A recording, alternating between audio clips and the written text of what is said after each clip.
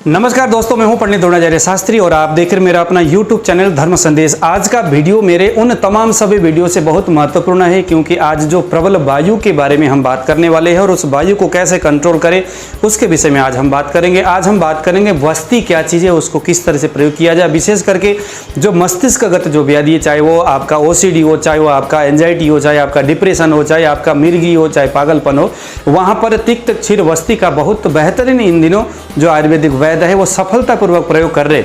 मैंने भी कुछ समय से मैं लोगों के ऊपर इसका प्रयोग करता हूं, तो मुझे इसका बहुत अच्छा रिस्पांस और रिजल्ट मिला।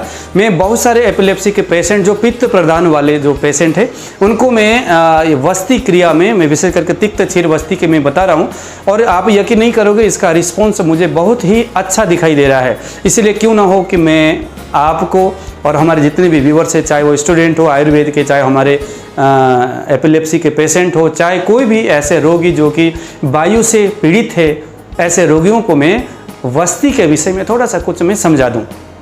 तो दोस्तों बने रहिए इस वीडियो के अंत तक, और अगर आप पहली बार मेरे इस चैनल में आए तो जरूर आप सब्सक्राइब करिएगा, क्योंकि आने वाले इसी तरह के एक बहुत अच्छा ज्ञानवर्धक चीज़ों को लेकर के मैं आपके सामने में उपस्थित होता रहूँगा। सभी वीडियो से आपको बहुत अच्छा आयुर्वेदिक नॉलेज आपको मिलेगा। आयुर्वेदिक ग्रंथों में एक बहुत अच्छा शब्द आता है कि पित्तम पंगु कफ पंगु पंगवः मलधातव वायुना यत्र नियंत्रे तत्र गच्छन्ति मेघवत्, ऐसा करके एक शब्द आया है। इसके अर्थ बहुत अच्छा है, समझना आपके लिए बहुत जरूरी है।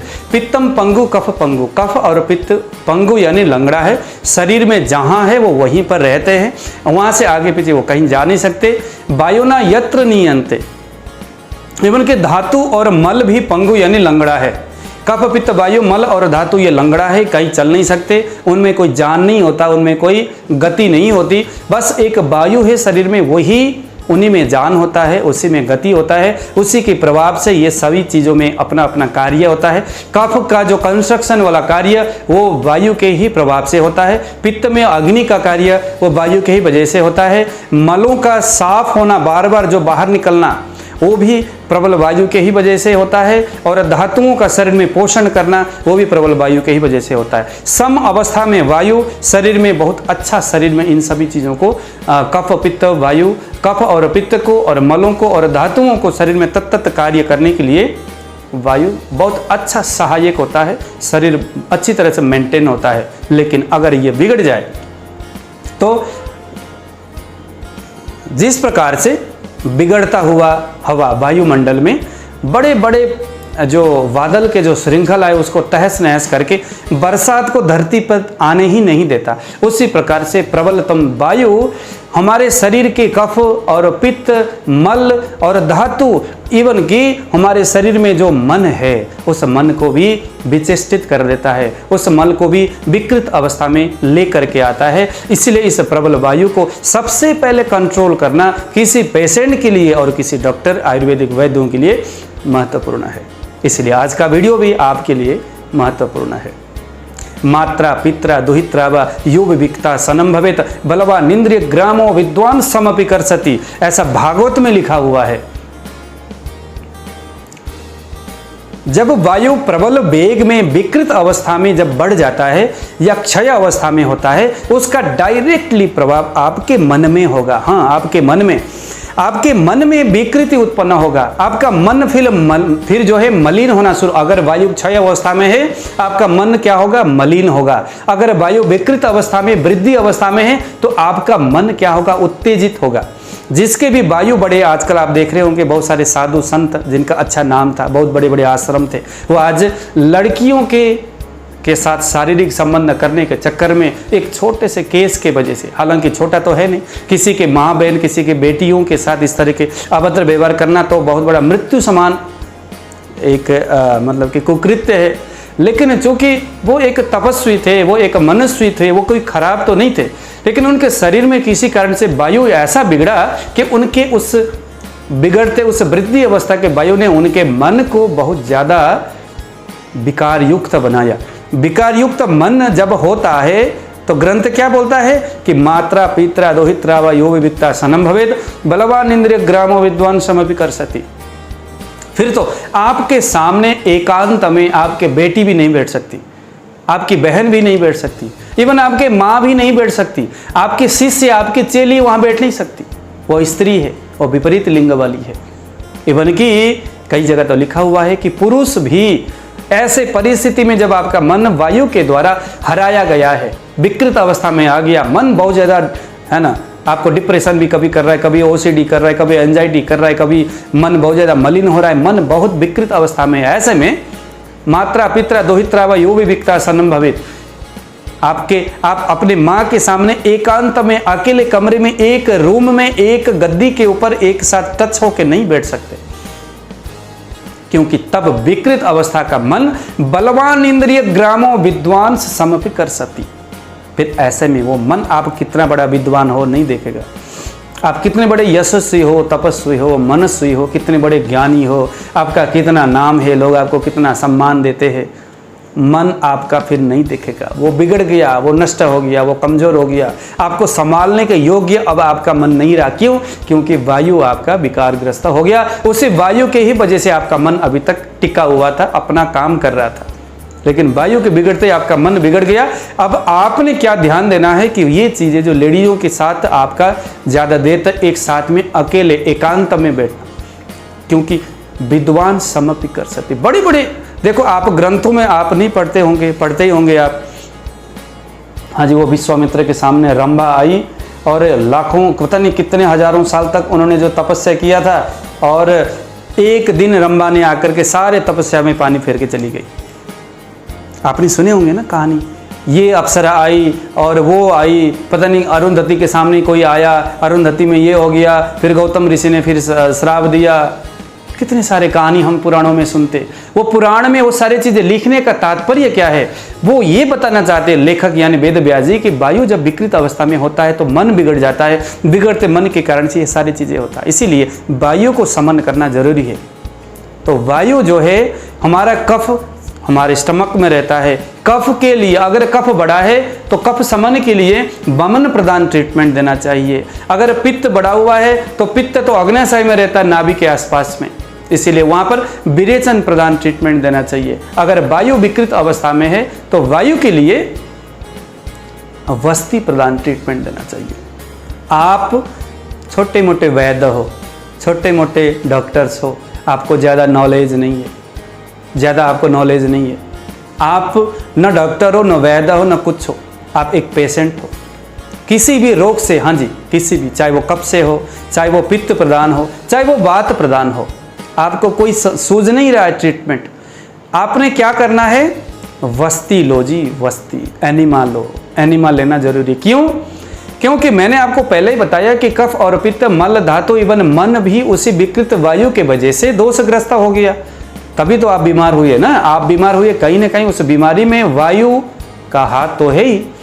क्योंकि अगर कफ, पित्त, मल धातु और मन अगर ये पंगु है तो उस पंगुता को चलाने वाला तो वायु है।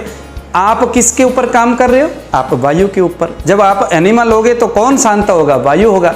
दोस्तों, जब वायु शांत होगा तो कफ भी शांत हो गया, पित्त भी शांत हो गया, मल भी शांत हो गया, धातु भी स्ट्रांग हो गया, मन भी आपका शांत हो गया। तो कितना अच्छा ट्रीटमेंट है। इसीलिए वस्ती को आपके लिए समझना जरूरी है, क्योंकि बिन समझे कभी भी आप कोई ट्रीटमेंट फिर मन से ले नहीं सकते। आयुर्वेदिक जो ट्रीटमेंट है ना, कुछ यहाँ पर भाग्य के साथ भी इसका जुड़ाव है। इसीलिए हम जब किसी पेशेंट का ट्रीटमेंट जब हम करते तो सबसे पहले उसके कुंडली को भी हम देखते कि इस व्यक्ति के कुंडली में, इस व्यक्ति के भाग्य में अभी जो ग्रह चल रहा है वो आयुर्वेद का ट्रीटमेंट करने का कुछ योग चल रहा है इसका।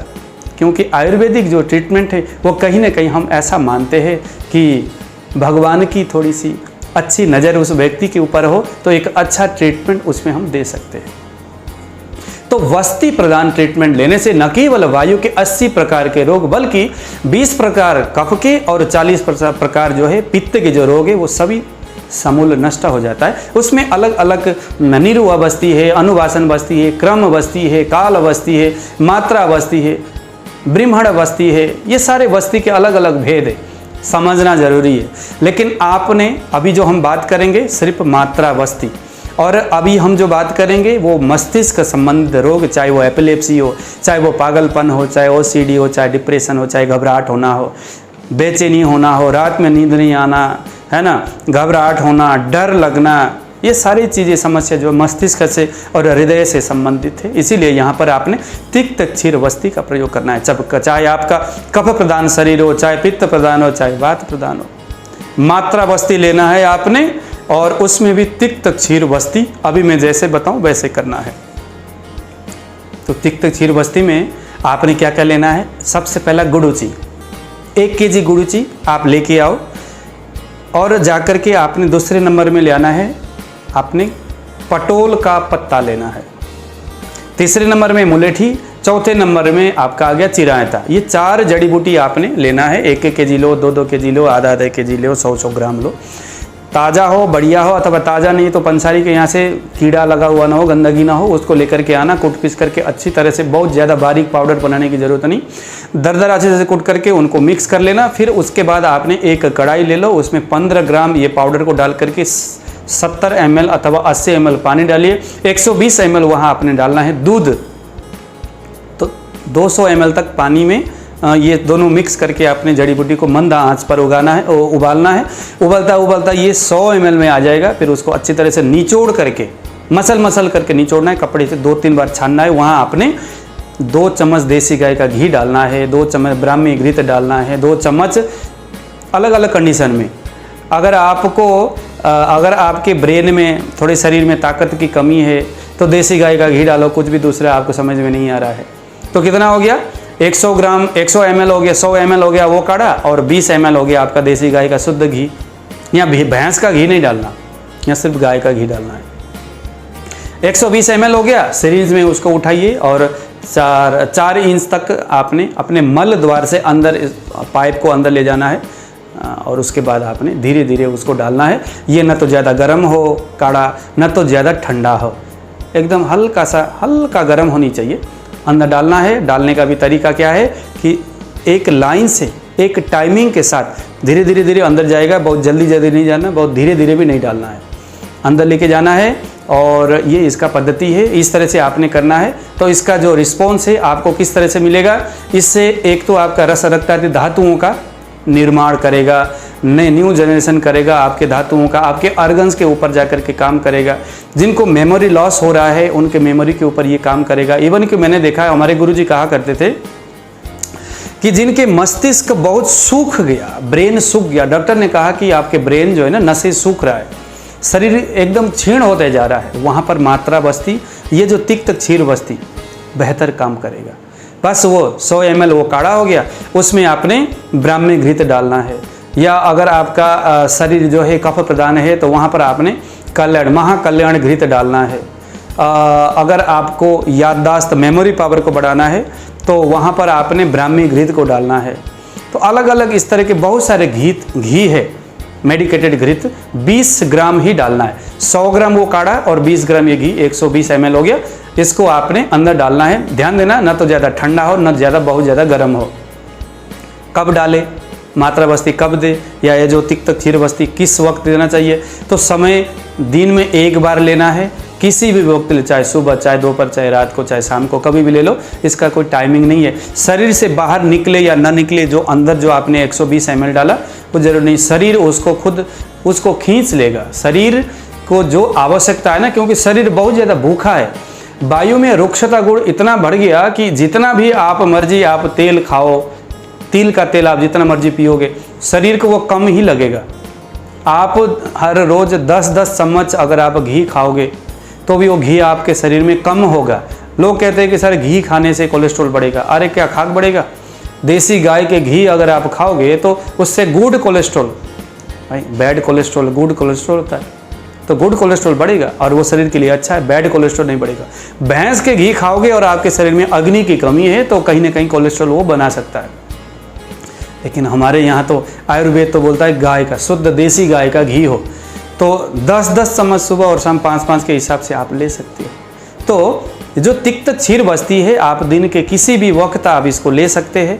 इसका प्रभाव जब आप डालोगे शरीर में तो 3 साल, 4 साल, 5 साल तक भी आप कंटिन्यू इसको कर सकते हैं। पहले 2-3 महीने तक कंटिन्यू कर लो, उसके बाद फिर वीकली 5 दिन, 4 दिन, 3 दिन, 1 दिन, कभी मन हुआ तो चलो 5 दिन तक, 7 दिन तक करते रहे। हानि तो कुछ होना नहीं है, आपके शरीर को कोई नुकसान तो नहीं करना। ऐसा तो है नहीं कि अंदर जाके कोई उफान मचाएगा, कोई आपत्ति मचाएगा, कुछ नहीं। आपने अंदर डाला, शरीर पहले से ही उसको मांग रहा है, भूखा है शरीर, वायु बढ़ा हुआ है ना, तो भूखा है। वायु नॉर्मल स्थिति में भी ये जो दवाई है वायु, क्योंकि वो जो तिक्त क्षीर वस्ती जो है आपके और हमारे शरीर के लिए बहुत ज़रूरी है। शरीर जैसे ही आप उस चीज़ को डालोगे आपका शरीर बहुत, इसका बेनिफिट क्या होगा, एक तो आपका मेमोरी पावर बड़ा क्लियर होगा। बहुत सारे लोगों में होता है ना कि मोटरसाइकिल की चाबी या गाड़ी की चाबी अभी यहाँ रखा, पता नहीं भूल गए, फिर कहाँ चला गया। या कुछ छोटी मोटी जो चीज़ें, मोबाइल है अक्सर घूमता रहता है, चाबी जो है अक्सर घर में घूमता रहता है, और क्या क्या चीज़ें घूम जाता है आपसे, है ना। बहुत सारे लोग एंजाइटी, रात भर सोते रहते, जगते रहते हैं, सोते ही नहीं है कभी भी। जगने के साथ साथ कुछ न कुछ चिंता में लगे रहते हैं, डिप्रेशन, तनाव, थकावट, शरीर में कमजोरियां बहुत ज़्यादा होती है। तो दोस्तों ऐसे में तिक्त क्षीर वस्ती का बहुत बेहतर आपको रिस्पॉन्स और रिजल्ट दिखेगा। आप जरूर इस वस्ती के प्रयोग आप करिए। एक चीज़ में चलते चलते आपको और बता दूं कि वायु प्रदान रोग एवं की कफ और पित्त प्रदान रोग में भी हम वस्ती का प्रयोग आसानी से कर सकते हैं। किसी भी दवाई के प्रयोग से अगर आपको उसका रिजल्ट नहीं दिखाई दे रहा है तो वस्ती आप जरूर करिए। दक्षिण भारत में, महाराष्ट्र के साइड में इस वस्ती का अच्छा प्रयोग वहाँ के डॉक्टर लोग करते हैं। वहाँ के लोग तो मैंने सुना है कि कुछ एलोपैथिक मेडिसिन भी सीरीज में डाल करके दे देते। उनका मानना है कि किसी को बुखार आ गया और खाने वाले दवाई 4 घंटे में बुखार उसका शमन कर रहा है, वस्ती यानी सीरीज में डाल करके वही दवाई मलद्वार से डालते हैं तो सिर्फ 4 या 5 मिनट में अपना वो प्रभाव दिखाता है। इतना स्ट्रॉन्ग है वस्ती, इतना कारगर है, क्योंकि वायु का स्थान जहाँ है मलद्वार के जस्ट 4-5 इंच ऊपर वस्ती स्थान में, नाभि से नीचे जस्ट वहीं पर हम डायरेक्टली दवाई को पहुँचा रहे, डायरेक्टली दवाई हम पहुँचा रहे।